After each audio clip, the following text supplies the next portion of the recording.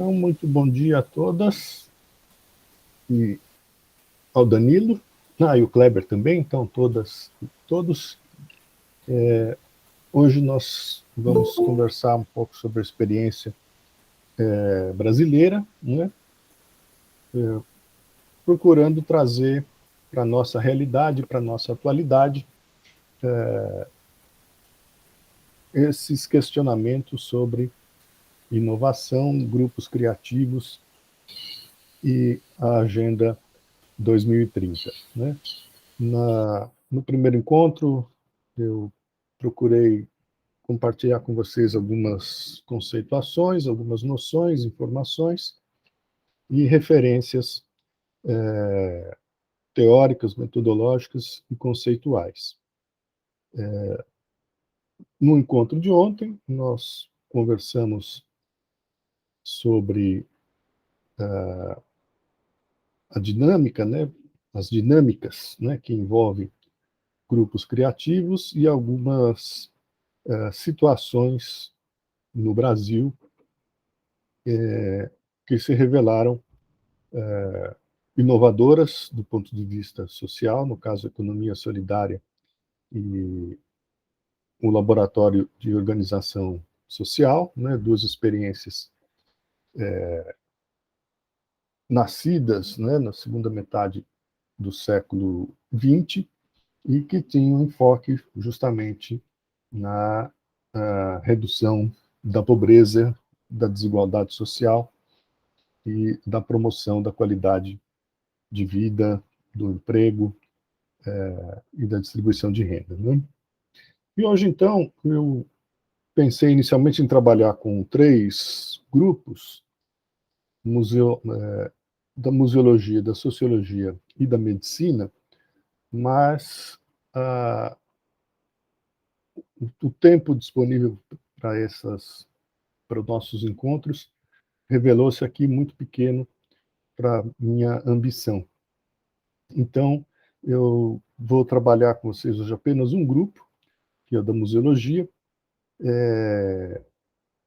e gostaria também de deixar hoje mais tempo para que a gente pudesse conversar sobre essas três manhãs, né, que foram para mim tão gratificantes e tão estimulantes para pensar sobre o nosso trabalho, né, enquanto educadores, profissionais da cultura, historiadores, historiadoras, né, agentes culturais, movimentos sociais e compromisso com a educação pública e de qualidade. Então, eu vou, como nos dias anteriores, vou suspender aqui temporariamente o meu contato visual com vocês. A Caroline fica sendo aqui meus olhos e ouvidos, e vocês fiquem à vontade para se manifestar a qualquer momento, ou pelo chat, ou diretamente, ou através da Carolina, como preferirem, no momento em que acharem necessário e oportuno, tá? Fiquem à vontade. Então, eu vou projetar aqui na tela os slides desta manhã. Ontem o PowerPoint não estava muito cooperativo, mas hoje eu espero que sim.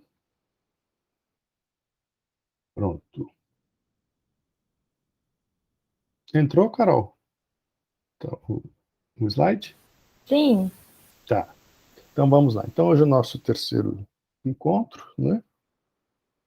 Para pensarmos a inovação social e cultural a partir da noção de grupos criativos, né? E da sua dinâmica no século XXI. Né? Então aqui quando nós pensamos no nosso momento presente, já estamos praticamente em 2022, né? Então todo o nosso planejamento já passa a ser orientado, voltado para o próximo ano. Né? Então, eu recupero aqui, quero colocar em destaque o Objetivo de Desenvolvimento Sustentável número 17, que diz respeito às parcerias e aos meios de implementação dos objetivos e das suas metas respectivas.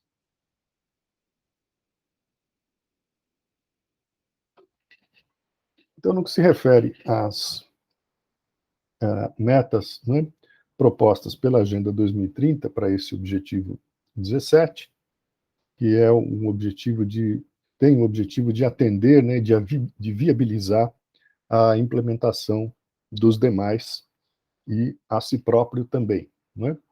Principalmente através da indução, né, de um aporte financeiro para viabilizar economicamente as ações, os programas, os projetos, da incorporação da tecnologia, o desenvolvimento de capacidades, e é em torno desse tópico que eu vou concentrar a nossa conversa hoje, o estímulo ao comércio, né, e a reflexão sobre as questões sistêmicas, né, que envolvem esses meios de implementação. Então, sem dúvida alguma, aquele que está mais ao alcance da universidade em geral e dos cursos de ciências humanas em particular, o desenvolvimento de capacidades é, sem dúvida alguma, a meta que mais nos toca, né? E na qual também nós podemos dar uma contribuição efetiva que outras áreas podem dar também, mas não com o aporte crítico e reflexivo das humanidades, né? Também as questões sistêmicas podem ser pensadas a partir das artes e das humanidades, mas, como eu disse a vocês, eu vou privilegiar aqui o tópico do desenvolvimento de capacidades. Para essa meta específica do desenvolvimento de capacidades, a Agenda 2030 sugere, né, como parcerias e meios de implementação, a ampliação do apoio internacional, né, o estabelecimento de planos nacionais e as práticas de cooperação internacional, sejam elas na cooperação norte-sul, na cooperação sul-sul e na cooperação triangular, né? Então, nós temos, no caso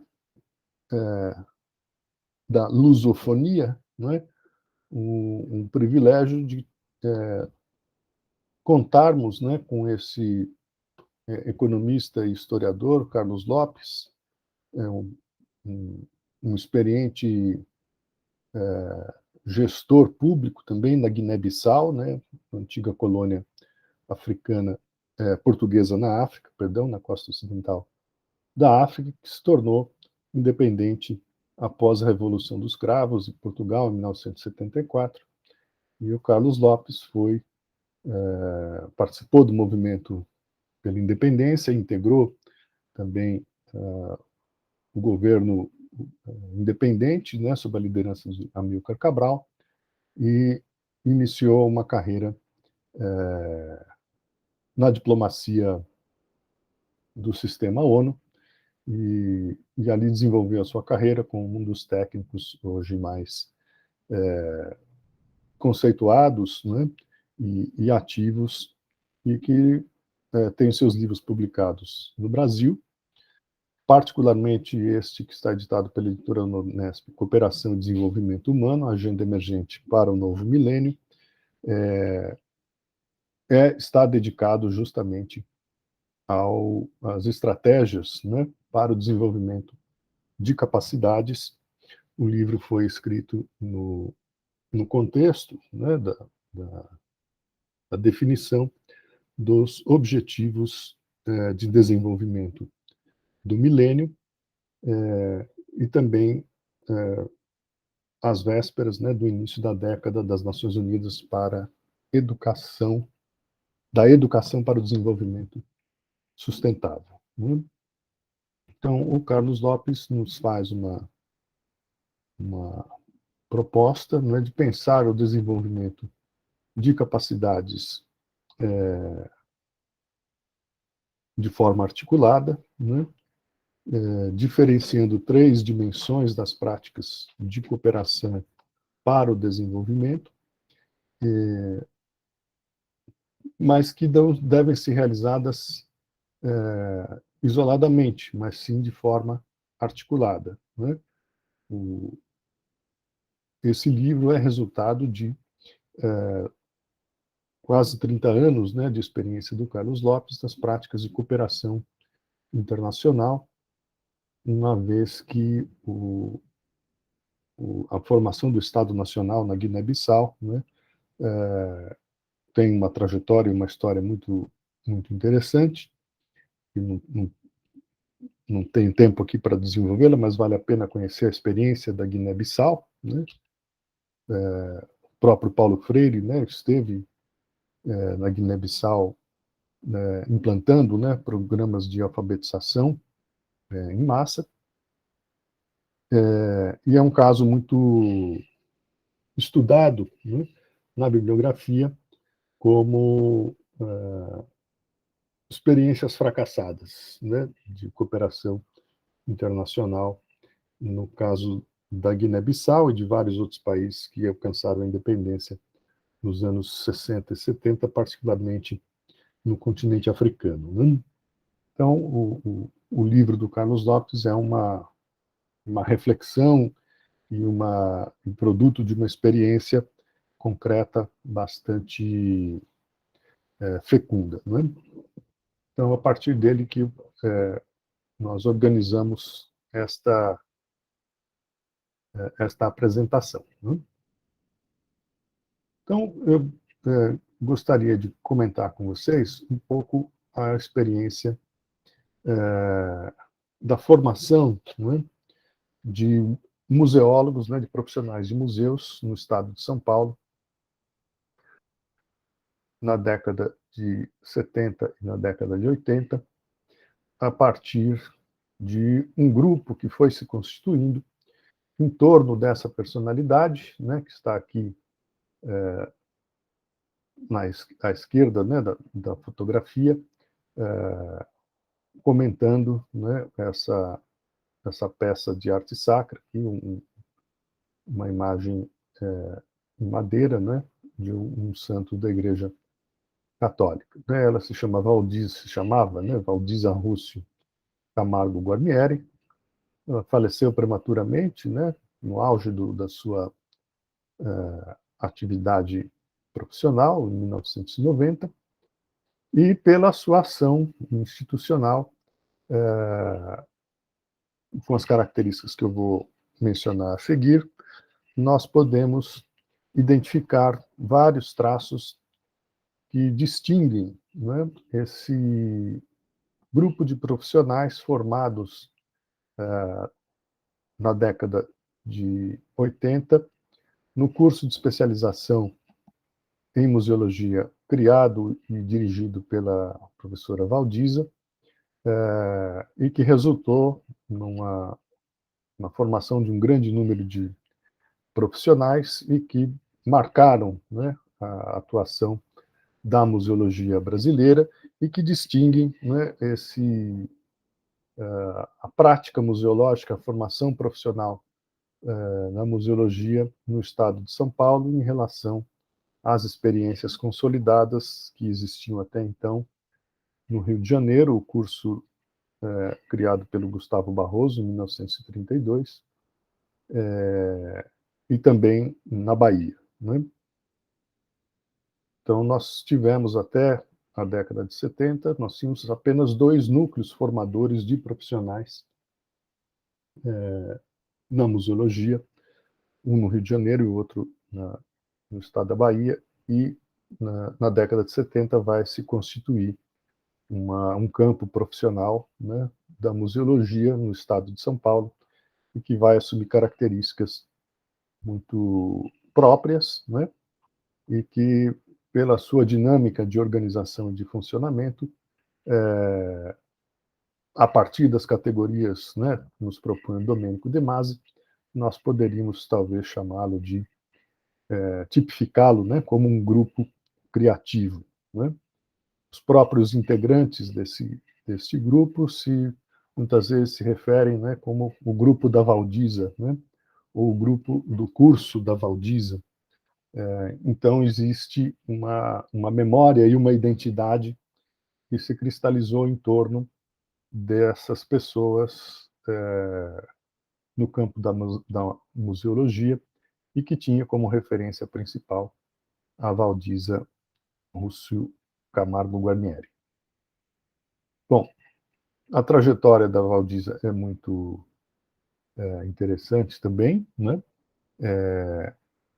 Ela era funcionária pública na área da cultura, tinha a sua formação inicial, né, no curso de Direito, ela chegou a trabalhar como advogada, teve escritório de advocacia, mas sempre trabalhou como funcionária pública na área jurídica e administrativa no governo do Estado, né, como funcionária concursada. Né. Em 1976, ela integra, então, um grupo de trabalho técnico, né, um grupo técnico de museologia da Secretaria Estadual de Cultura, Esportes e Turismo, na qual ela trabalhava, e que foi, segundo a historiografia consultada, né, a bibliografia, o primeiro esforço de reflexão crítica, né, sobre a experiência e as características técnicas dos museus paulistas. Né? Nós tínhamos desde 1953 até 1973, pela ação do Vinícius Stein Campos, que foi o diretor da área de museus da Secretaria da Educação do Estado, responsável pela criação de mais de 50 museus no interior do estado de São Paulo, né, inclusive aqui em Tupã, o Museu Índio Avanuíri é um desses museus criados pelo Vinícius Stein Campos, né, em 1967. E essa rede de museus públicos estaduais foi sendo constituída em um espaço de 20 anos, né, entre 53 e 73. Se eu não estou enganado, foram 79 unidades, né, criadas em todo o estado, mas somente com a constituição desse grupo técnico, por iniciativa da Valdisa, que se procedeu, então, a um exame, né, das características dessas instituições, no sentido justamente de dar uma coesão ao sistema, né, dessa rede de museus, né? Por isso eu destaquei aqui no início, né, essa experiência, essa atuação profissional pública da Valdisa como na área do direito administrativo, né? E por isso ela está nesse grupo técnico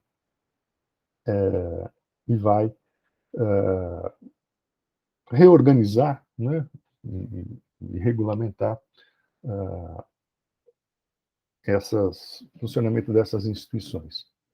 O fato é que dessa experiência surge uma grande paixão da Valdisa pela museologia e ela vai, então,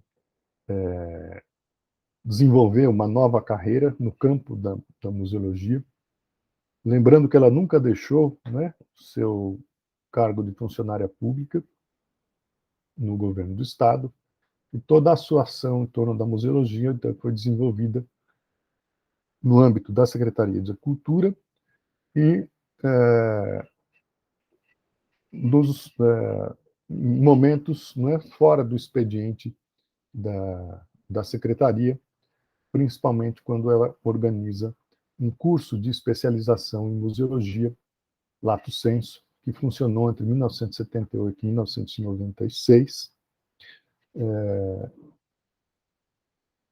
Eu fui professor nesse curso no ano de 1992 e não tinha clareza e nem consciência de todo este processo, mas essa breve experiência me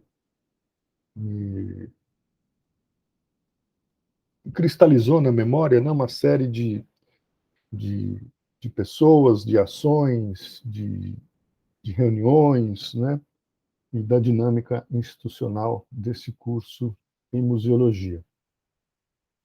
Ele foi, então, criado, como eu disse, por iniciativa e coordenação da Valdiza Russo.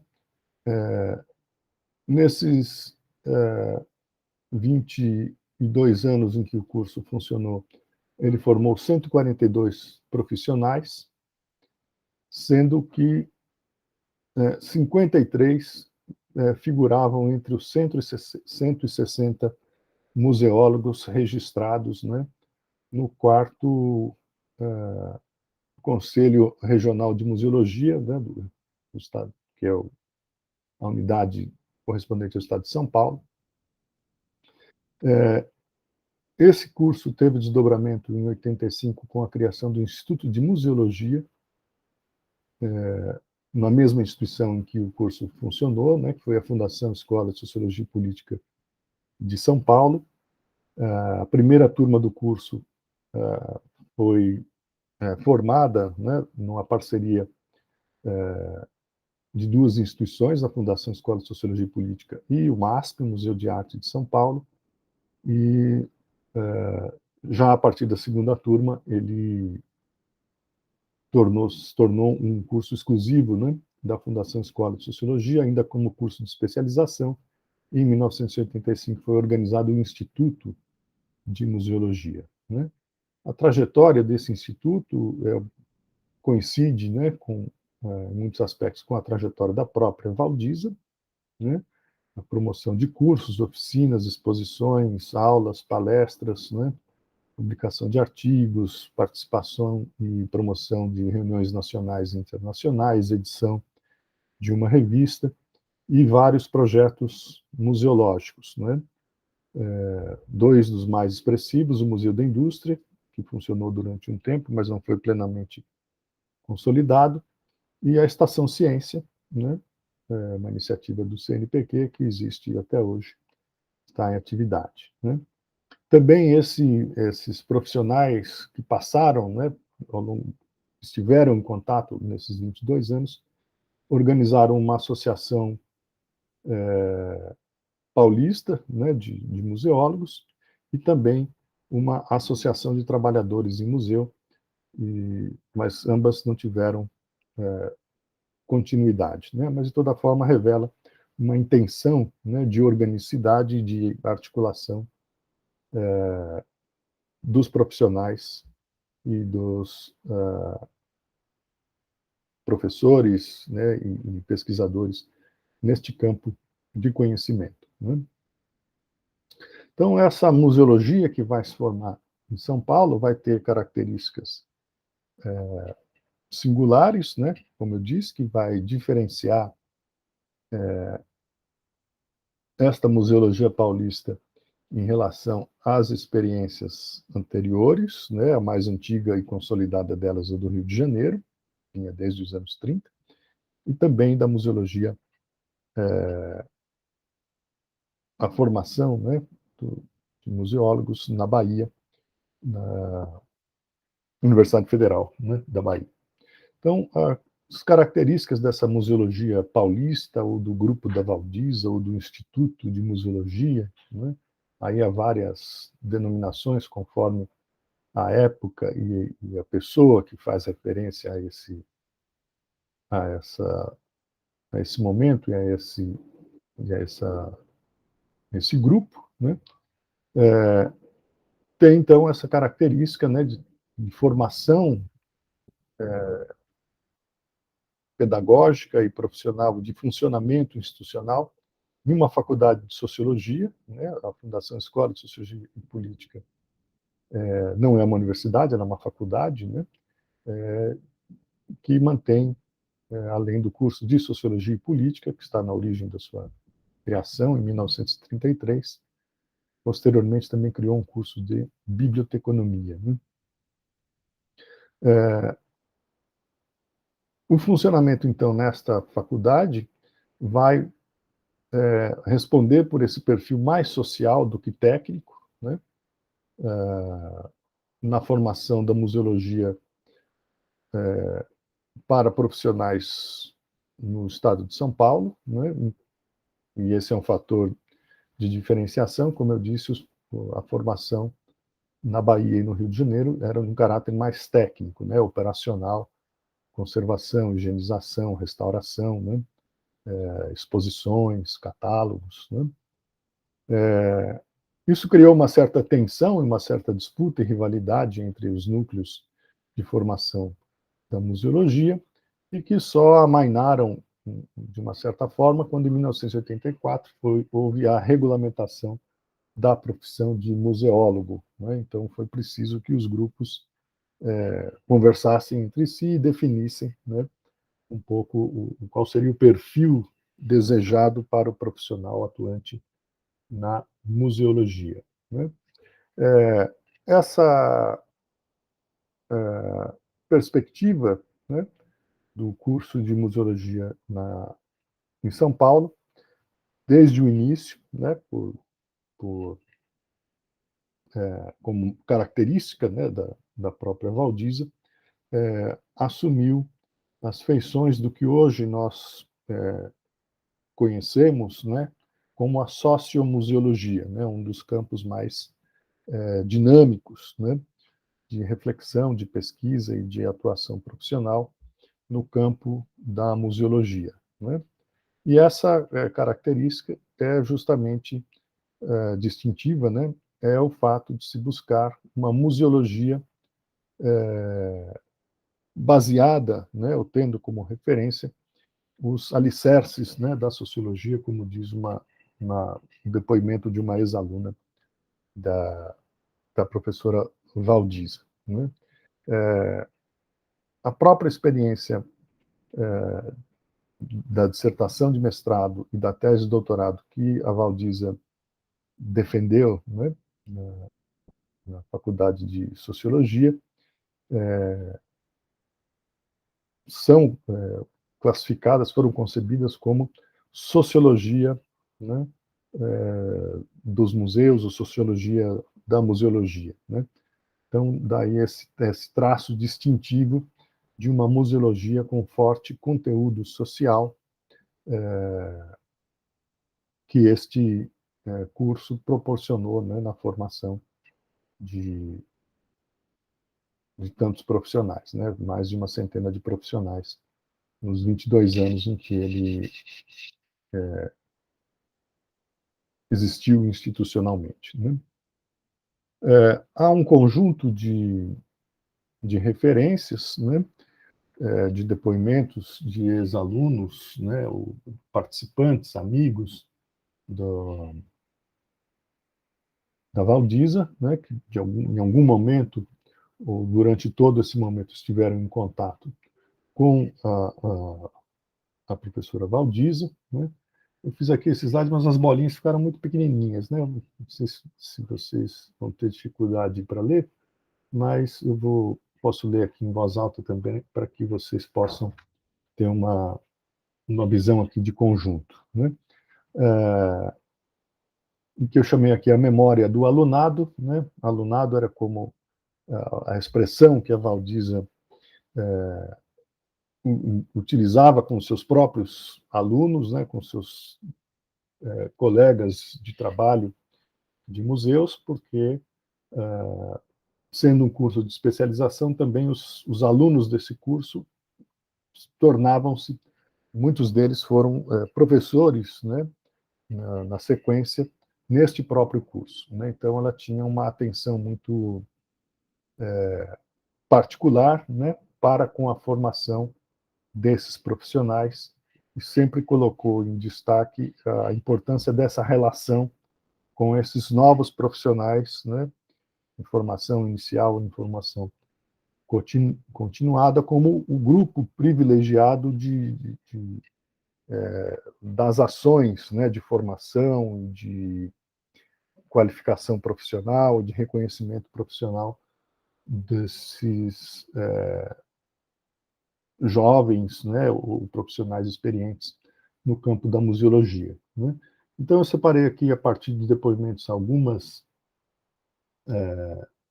ideias, né, e falas de vários desses participantes, né, do curso e do convívio, da experiência profissional com a Valdisa, né?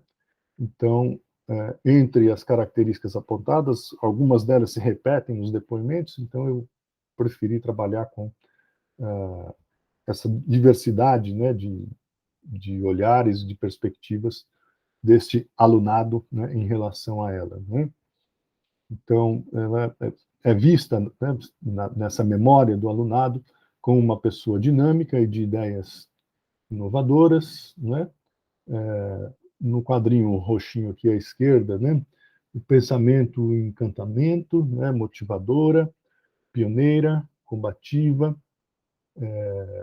No amarelinho aqui, a perspectiva pluridisciplinar. Nos apresentou o mundo fascinante dos museus, a participação, né? Não só a participação dela, mas com um incentivo para que também os profissionais de museus participassem ativamente de movimentos sociais na área cultural e também na política, né? Campanha da anistia, campanha das diretas, eleições, né? A Valdisa era muito ativa também politicamente, né? Generosidade e aglutinação de alunos, ex-alunos e agregados, né? Essa museologia, sociomuseologia, né? Representava uma forma de interpretar o mundo, né?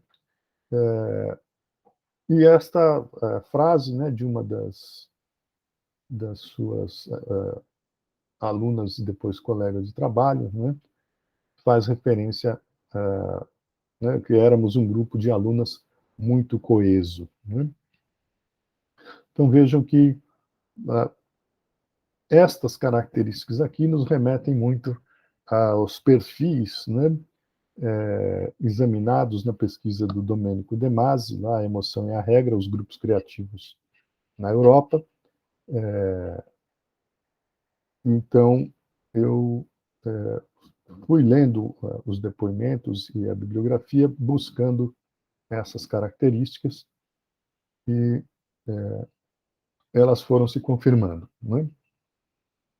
Então, primeiro, essa frase da própria Valdisa, né, sonhos geradores de futuro, né, essa perspectiva de transformação, de mudança, de construção, né, e é também destacada pelos seus parceiros, né, seus alunos, seus colegas de trabalho, essa perspectiva, né, de um horizonte amplo, promissor, né, otimista, e de construção social, né? Então, enquanto grupo, né, distintivo, né, pela sua formação e atuação, nós teríamos esse grupo da museologia constituído a partir deste curso, né, um perfil bastante definido, né? Primeiro, essa identidade epistemológica, né, da sociomuseologia, uma preocupação constante com o aprimoramento, né, a formação profissional, a ideia de fato museal, né, claramente um empréstimo da sociologia, né, o fato social do Durkheim, né? Então a Valdisa sugere, né, que a museologia trabalhe com o fato museal. Essas características, então, responderiam por uma certa identidade, né, de uma museologia paulista, distintiva desse curso, desse grupo e dessas pessoas, né? A atuação, né, como gestores públicos da cultura, né, a começar da própria Valdisa, como eu disse, sempre, e antes de tudo, foi uma funcionária pública qualificada, né, na área do direito administrativo, nos órgãos estaduais. E estas características, né, são referidas, né, por esses, na memória desse alunado, né, como um modelo, né, próprio, específico, que teria sido desenvolvido pela Valdiza Rússio a partir da sua dinâmica atuação, né? Então, eu listei aqui nessa coluna no canto direito da tela, né, algumas características pessoais, né, da Valdiza enquanto referência maior deste grupo e que vão também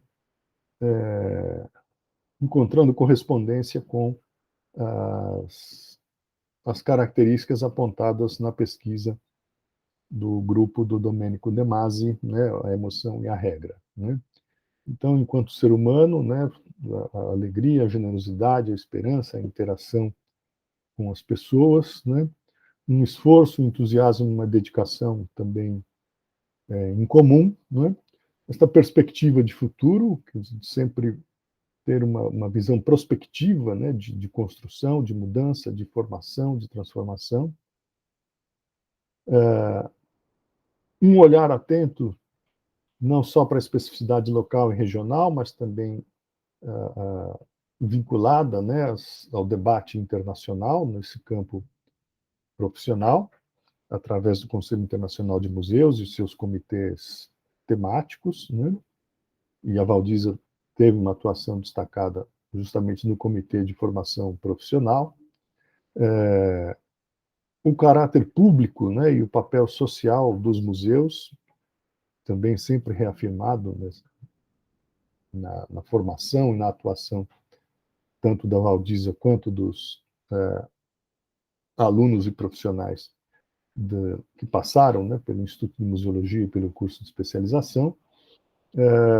A atenção às sensações artísticas e que saiu a emoção, né, e a emoção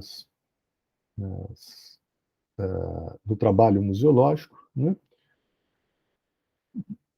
Vários depoimentos da memória do alunado falam da Valdiza como uma figura carismática, né? O Domenico De Masi frisa muito esse papel do carisma dentro do grupo criativo, né? Da presença de figuras carismáticas que entusiasmam o grupo, que dão coesão, que têm iniciativa, que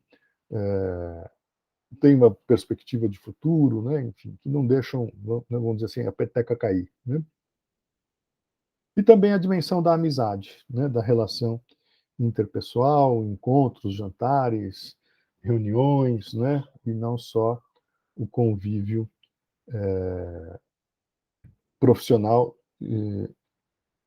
estrito, né? Quer dizer, as relações transbordavam as relações de trabalho e havia também uma relação de uma comunidade, né, de interesses profissionais, né, de identidade com esses objetivos, de identidade política, né, de uma identidade ética, né, com relação ao caráter público, o papel social dos museus, né, a qualidade do trabalho, né, dos profissionais de museus, né, o estudo, a formação, né, a qualificação.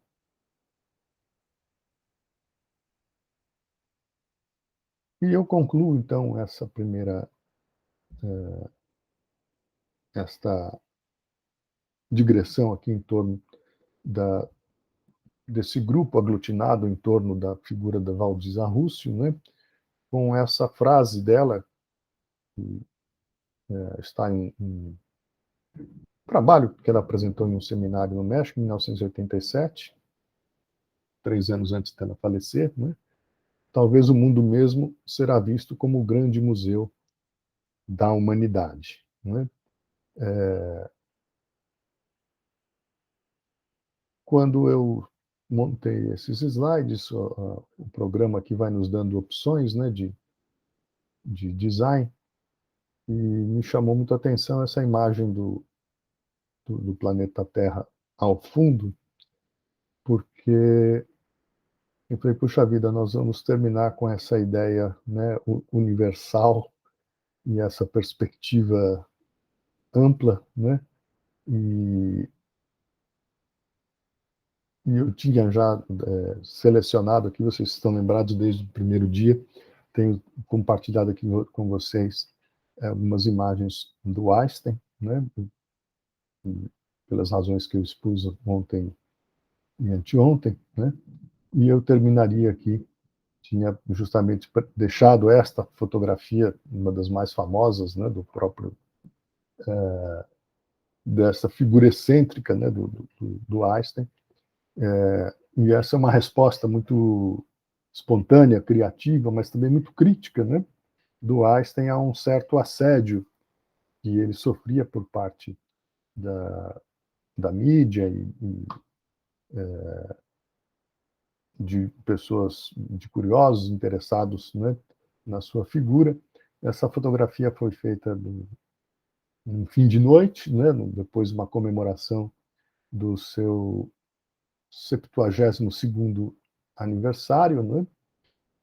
O Einstein está aqui ladeado pelos seus um casal de amigos, né? Esse é o diretor do instituto no qual o Einstein trabalhava, e eles estão então se retirando, estão indo para casa, e o Einstein é pego de surpresa porque eles estavam numa festa com um grupo de amigos, né? Numa instituição, num espaço de lazer da própria universidade, né? Onde ocorreu lá a festa, o jantar, né? Pelo aniversário do Einstein. E já à tarde da noite, num momento, né, de intimidade, de relações pessoais, né, o Einstein é flagrado por repórteres que estão à sua espera, né, atrás de alguma declaração, justamente mostrando esse lado humano do Einstein, né? O prêmio Nobel de Física também bebe ou também dorme tarde, né? Não penteia os cabelos, né? Não cuida do bigode. E o Einstein, então, num momento, assim, imagino que bastante aborrecido com essa situação toda, e com essa invasão, né, do fotógrafo, que quase entra dentro do carro para fotografá-lo, ele então mostra a língua, né, como quem diz: olha, eu sou uma pessoa como qualquer outra, estou com sono, né, estou cansado, estou com os meus amigos, estou indo para casa. Você já tem a sua fotografia, né, única, né? Só mostrei a língua para você, então nos deixe em paz, né? Vai embora. Depois o próprio Einstein se encarregou de editar essa fotografia e deixou, né, recortou a fotografia tendo o seu rosto no centro e distribuiu, se encarregou ele mesmo de mandar para vários amigos a fotografia dele mostrando a língua, né, num momento aí de descontração e de crítica, de alegria, né, de desinibição, né, e que nos remete àquilo que nós temos conversado desde o primeiro dia, dessa unidade indissociável entre fantasia e concretude, né, de que fala o Domênico De Masi, e o próprio Domênico sempre cita o próprio Einstein como um exemplo dessa, né,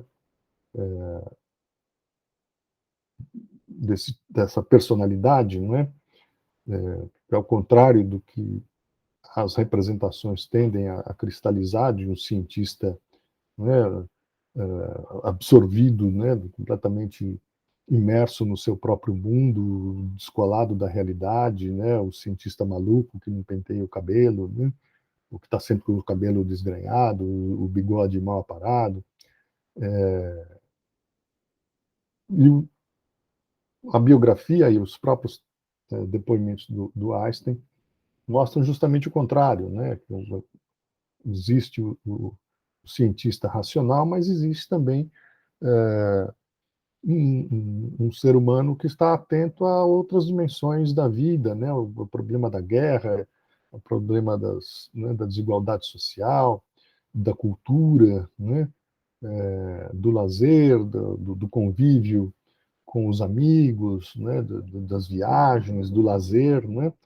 Então, como quem dissesse, olha, um cientista é uma pessoa como qualquer outra, né?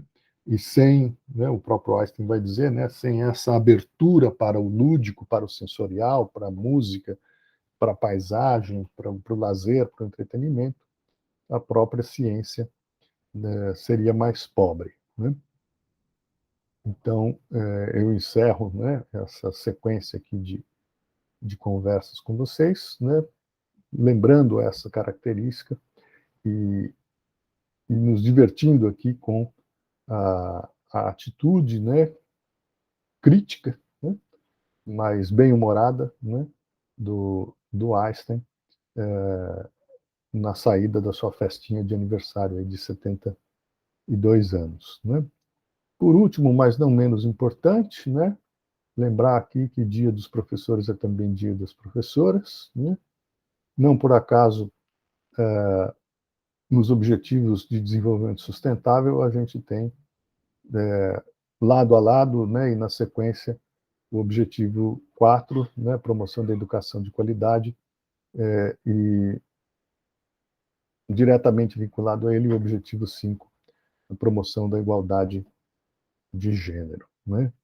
Então, eu queria agradecer a todas e a todos pelo interesse nessas 3 manhãs que nós tivemos aqui, e deixo aqui o nosso tempo restante, né, para que a gente possa conversar sobre esse e outros temas aí que vocês queiram. Né? Eu que agradeço, Renata, pela sua presença, seu interesse, a sua participação aqui nessa semana. Professor Paulo. Oi, Renata. Oi. Eu queria agradecer, agora falando mesmo pessoalmente, não, virtualmente, mas é como se a gente tivesse, né, esses 3 dias juntos. Estivemos, né? Estivemos, né? Só que não fisicamente, né? Uhum. Mas eu queria agradecer por tanto conhecimento, né, que o senhor passou para a gente esses dias. Eu não me manifestei muito, né? Mas eu ainda sou incipiente aqui nessa área, porque eu sou da área do direito. Ah, que E bacana. sou, e sou mestranda aqui no programa de pós-graduação de História, aqui de Assis e Franca, né? Uhum. Então, eu estou me habituando ainda um pouco com essa nova dinâmica. Para mim, tem muita coisa que é muito diferente, né, da minha área. Uhum. Mas é engraçado que eu percebi nesses dias de vários autores, não somente nesse mini curso, mas de todas as aulas que eu venho tendo, né, os pensadores e tal, muitos, inclusive a Valdiza, né, Uhum. vieram da área do direito. Ela é formada pela USP, pelo Largo São Francisco, né? Então, eu fico imaginando assim também que eu também não estou tão fora da curva assim para estar nesse momento agora, né? Eu já Uhum. tenho 20 tralalá de anos aí de formada, né, em direito, mas sempre me cativou muito essa área, né, das ciências sociais não aplicadas, né, as Uhum. ciências sociais puras mesmo. E eu queria só agradecer mesmo a sua disponibilidade, o seu conhecimento e seus esclarecimentos, a abordagem, enfim. Eu fiquei muito feliz. Muito obrigada, professor. Então, eu que agradeço, Renata. E eu fico também muito feliz pela sua participação e também pelo seu depoimento, né? Porque, bom, nós vimos agora aí como a formação em direito foi decisiva, né, na atuação profissional da Valdiza, né, Sim, no campo do direito administrativo, e que abriu a ela também já, né, profissional. Ela tinha ali quase 20 anos de serviço público, né, já no governo do Estado, e encontra esse campo novo de atuação, né, que era a museologia, se entrega de corpo e alma a ele, organiza eventos, né, grupos, realiza projetos, implementa projetos, né, constitui equipes, forma profissionais, aglutina profissionais de várias áreas, né, do Brasil e do exterior, né? Então, a formação anterior dela foi decisiva, né, para Sim. essa nova etapa que ela abriu, né, em um espaço muito curto, né, em menos de 20 anos, ela criou um rebuliço no campo da museologia de escala nacional, né, a ponto de despertar, né, rivalidades e disputas com os outros núcleos formadores, que eram, né, até então, homogêneos, muito focados na técnica, né, e as únicas referências nacionais. Né, então, ela, de E fato, de se tornar referência, né, inclusive, não somente aqui no Brasil, né, esse reconhecimento internacional, inclusive. E uma outra perspectiva, né? Quer dizer, sem desqualificar e sem desvalorizar a dimensão técnica, ela e esse grupo, né? Porque esse alunado, né, ao qual ela se referia, está hoje nas universidades, nos órgãos públicos de cultura, na iniciativa privada, são profissionais atuantes, né, nas instituições, fazem pesquisa, fazem projetos, são professoras, professores. Então, ela deixou também um legado de uma equipe, né, formada que tem uma atuação muito marcante. Né? Quer dizer, o primeiro coordenador lá do Departamento de Museus, que vai implantar a Política Nacional de Museus em 2003, é um ex-aluno da Valdisa, né, o Mário Chagas, que é do Rio de Janeiro, né, que tinha essa formação técnica qualificada e que é um dos mais imaginativos, né, profissionais no campo de museus na atualidade, né, de pensar a museologia associada às artes, à poesia, à música, também os seus seguidores, né, os profissionais que ela formou, acabaram tendo uma atuação destacada, né, no campo da museologia e estão aí até hoje, né, são os profissionais que estão na condução, né, desse trabalho pelo Brasil afora, né. Então, seja muito bem-vinda, Renata. Você viu que tem muito trabalho e um campo bastante amplo, né, de atuação. Sim, nossa, demais. Profissional e também multidisciplinar, né?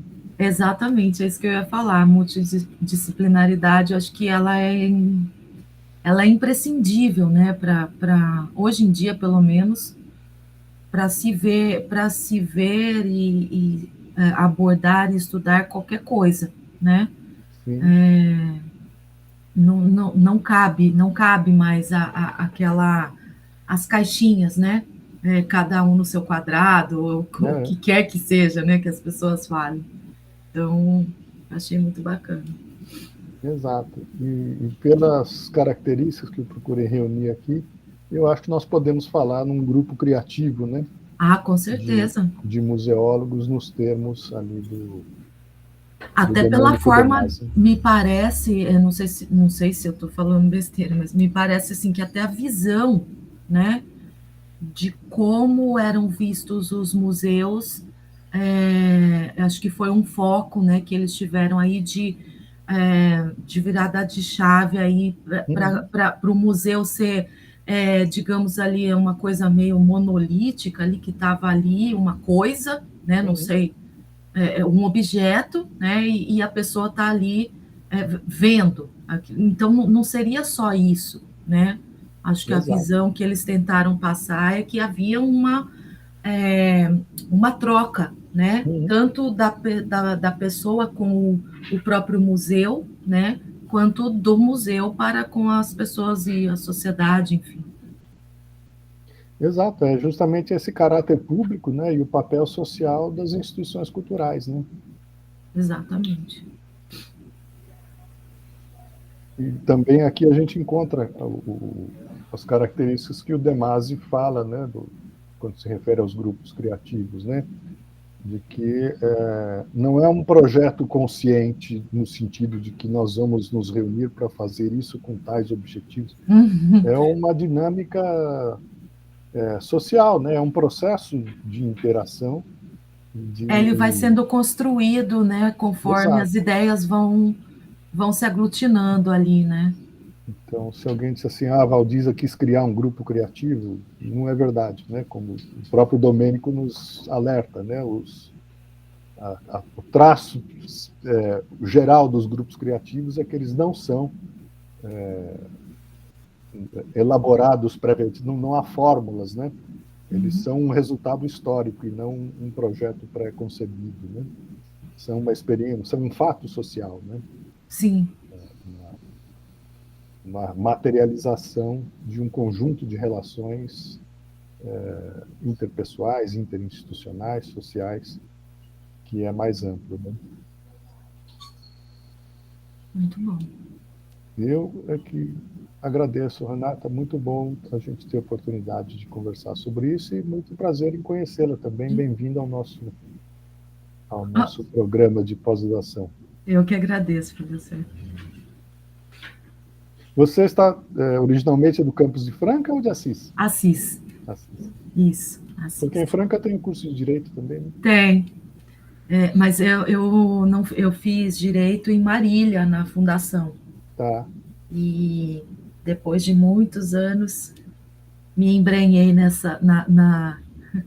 no mestrado em História, que era, na verdade, a minha primeira opção de faculdade foi História, lá há muitos anos atrás, só que acabou.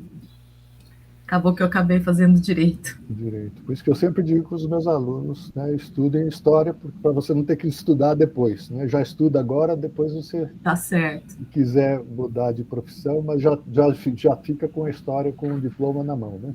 Uhum. Mas muito bem-vinda e espero que a gente possa se reencontrar em outras atividades ao longo aí da sua passagem pela Unesp. Eu também espero, com certeza. Então, se vocês estiverem de acordo, podemos encerrar este nosso encontro de hoje, que assim também vocês ficam liberadas, né, para aproveitar melhor aí